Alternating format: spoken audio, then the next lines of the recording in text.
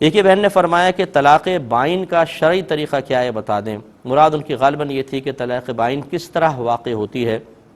دیکھیں بائن وہ ہوتی ہے جس سے نکاح فوراً ٹوٹ جاتا ہے، لہٰذا اس کی کچھ صورتیں ہوتی ہیں۔ ایک تو یہ کہ جس عورت کے ساتھ ابھی شادی ہوئی لیکن رخصتی وغیرہ نہیں ہوئی، کوئی تنہائی وغیرہ نہیں ہوئی، اسی عورت اگر طلاق دے چاہے لفظ صریح سے دے، طلاق بائن پڑتی ہے۔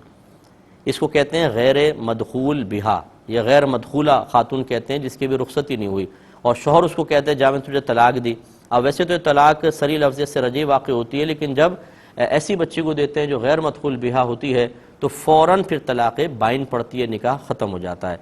دوسرا ہوتا ہے کہ لفظ کنایہ سے طلاق دی ہو اور وہ اپنی نیت ظاہر کر دے، یا سچویشن ایسی ہو کہ نیت کی حاجت بھی نہ ہو تو اس سے طلاق بائن پڑتی ہے۔ اسی طرح اگر کوئی 3 طلاقیں ایک ساتھ دے دیتا ہے تو طلاق بائن ہوتی ہے، یعنی طلاق مغلظہ بھی کہتے ہیں، نکاح فوراً ٹوٹ جاتا ہے اور پھر وہ لڑکی حلالہ کے بغیر حلال نہیں ہوگی۔ ایک یہ بچی نے کویسچن کیا کہ والد صاحب نے تمام پراپرٹی کسی مصلحت کی بنا پر ایک بھائی اپنے ایک بیٹے کے نام کر دی تھی، اور اب وہ بھائی نے سارے پہ قبضہ کر لیا اور ہمیں نہیں دے رہا، تو کیا حکم شرع ہوگا؟ دیکھیں پہلی بات تو اچھی طریقے سے یاد رکھیں، یہ ہمارے ہر دوسرے تیسرے گھر کا مسئلہ ہوتا ہے کہ ایک ہوتا ہے تحفہ دینا، اس کو عربک میں کہتے ہیں ہبہ، ہبہ کرنا، تحفہ دے دینا۔ یہ تحفہ جب ہم کسی کو دیتے ہیں تو شے ہماری ملکیت سے نکل کر اس شخص کی ملکیت میں داخل ہو جاتی ہے، یعنی پہلے ہم مالک تھے اور بعد میں وہ مالک ہو گیا۔ شرعی لحاظ سے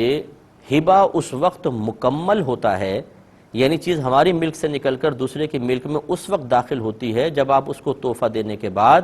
اس چیز کے استعمال پر کلی اختیار بھی دے دیں۔ تم اس کو کھاؤ، پیو، بیچو، کرائے پر دو، کسی اور کو آگے تحفے میں دے دو، اس طرح کا جب آپ کلی اختیار دیتے ہیں تو پھر وہ تحفہ، وہ ہبہ تام ہو جاتا ہے۔ گویا کہ تام مانے مکمل ہو جاتا ہے کہ آپ کی ملک سے چیز نکل کر اس کی ملکیت میں داخل ہو جاتی ہے۔ اور اگر بالفرض ہم کسی کو تحفہ دیں اور مکمل تصرف کا اختیار اس کو نہیں دیتے، تو خالی تحفہ کہہ دینے سے یا کوئی کاغذات تیار کر کے اس پہ لکھوا دینے سے کہ جی میں اس کے نام کرتا ہوں، یاد رکھیں یہ چیز آپ کی ملکیت سے نکل کر اس کی ملکیت میں داخل نہیں ہوتی ہے۔ اب اس کا جواب یہ ہے کہ اگر والد صاحب نے ایک بیٹے کے نام تمام پراپرٹی کسی ایسی ہی مصلحت کی بنا پر کی، کوئی قانونی پیچیدگیاں ہوتی ہیں بعض اوقات، اور یہ نیت نہیں تھی کہ یہ بیٹا اس پہ قبضہ کر اس کو بیچے، اب کل اختیار ایسا نہیں، بلکہ جیسے ہوتا ہے تم بڑے ہو تو چلو میں تمہارے نام کروا دیتا ہوں، بعد میں بچوں کو دے دینا، یہ نہیں بھی کہا، لیکن باپ نے اس کو بیچنے کا اختیار نہیں دیا، تصرف کا اختیار نہیں دیا، تو یاد رکھیں یہ والد صاحب کی پراپرٹی ہے، انہی کی ملکیت میں کہلائے گی۔ اگرچہ دنیاوی قانون کے اعتبار سے کاغذات بیٹے کے نام ہیں، لیکن شریعت کے اعتبار سے اور آخرت کے اعتبار سے یاد رکھیں مالک والد صاحب ہی ہیں، اور اس میں سب کو وراثت حاصل ہوگی۔ اگر ایسی صورتحال ہے تو پھر تو بھائی کو دینا چاہیے۔ ایک یہ ہے کہ والد صاحب نے بیٹے کے نام کی کاغذات بھی بنوائے اور مکمل تصرف کا اختیار بھی دے دیا، اس میں یقیناً بیٹا مالک ہو جائے گا، اور ایسی صورت میں وبال آپ کے والد پر ہے کہ اپنی ایک اولاد کو بہت کچھ دے دینا یا سارا دے دینا اور باقی اولاد کو محروم کر دینا، یہ حرام ہے اور شدید گناہ ہے۔ میرے آقا صلی اللہ علیہ وسلم نے اس کو ظلم سے تعبیر فرمایا ہے۔ اس میں بیچارے اس قسم کے جو نادان ماں باپ ہوتے ہیں کہ جو علم نہیں سیکھتے ہیں لیکن ماں باپ بن جاتے ہیں، اور پھر وہ اپنی اولاد کے بارے میں غلط قسم کے فیصلے کر رہے ہوتے ہیں اور گناہ کبیرہ کے مرتکب ہو رہے ہوتے ہیں، بہت شدید گناہ کبیرہ کے۔ اس لیے میں گزارش کرتا ہوں کہ ماں باپ آپ بن گئے ہیں تو خدا را تھوڑا سا اپنی اولاد کے سلسلے میں علم بھی حاصل کر لیں، تاکہ یہ نہیں کہ آپ کو اگر اولاد ہے تو ہر طرح کے فیصلے کرنے کا اختیار دے دیا۔ بعض چیزوں میں ماں باپ ہو جانے کے باوجود اپنے اولاد کے بارے میں بھی مکمل طور پہ ہمیں فیصلوں کا اختیار حاصل نہیں ہوتا۔ شریعت منع کرتی ہے کہ یہ فیصلہ اپنی اولاد کے سلسلے میں آپ نہیں کر سکتے، کریں گے تو آپ گناہگار ہوں گے۔ تو ماں باپ کو یہ علم ہونا چاہیے کہ کون سا ہم فیصلہ اپنے اولاد کے حق میں کر سکتے ہیں اور کون سا نہیں۔ یہ نہیں ہے کہ اگر آپ کے ہاتھ میں ماں اور باپ ہونا حاصل ہو گیا، آپ کو یہ منصب حاصل ہو گیا، تو پھر اب جو مرضی چاہے اولاد کے بارے میں آپ کریں، آپ کی آخرت میں کوئی گرفت نہیں ہوگی، نہیں،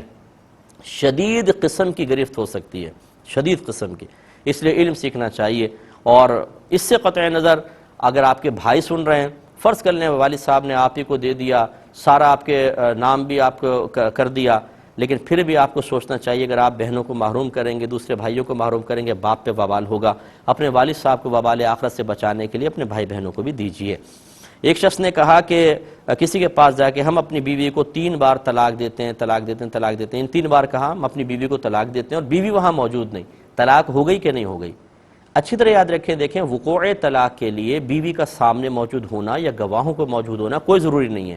ایک آدمی اگر اکیلے کمرے میں بیٹھ کر اپنی بیوی کو طلاق دے گا تو طلاق واقع ہو جائے گی، لہٰذا تینوں طلاقیں ہو گئیں۔ بچے نے کہا انہوں نے بھائی سے لڑائی ہوئی تو کلمہ پڑھ کے قطع تعلق کا ارادہ کیا۔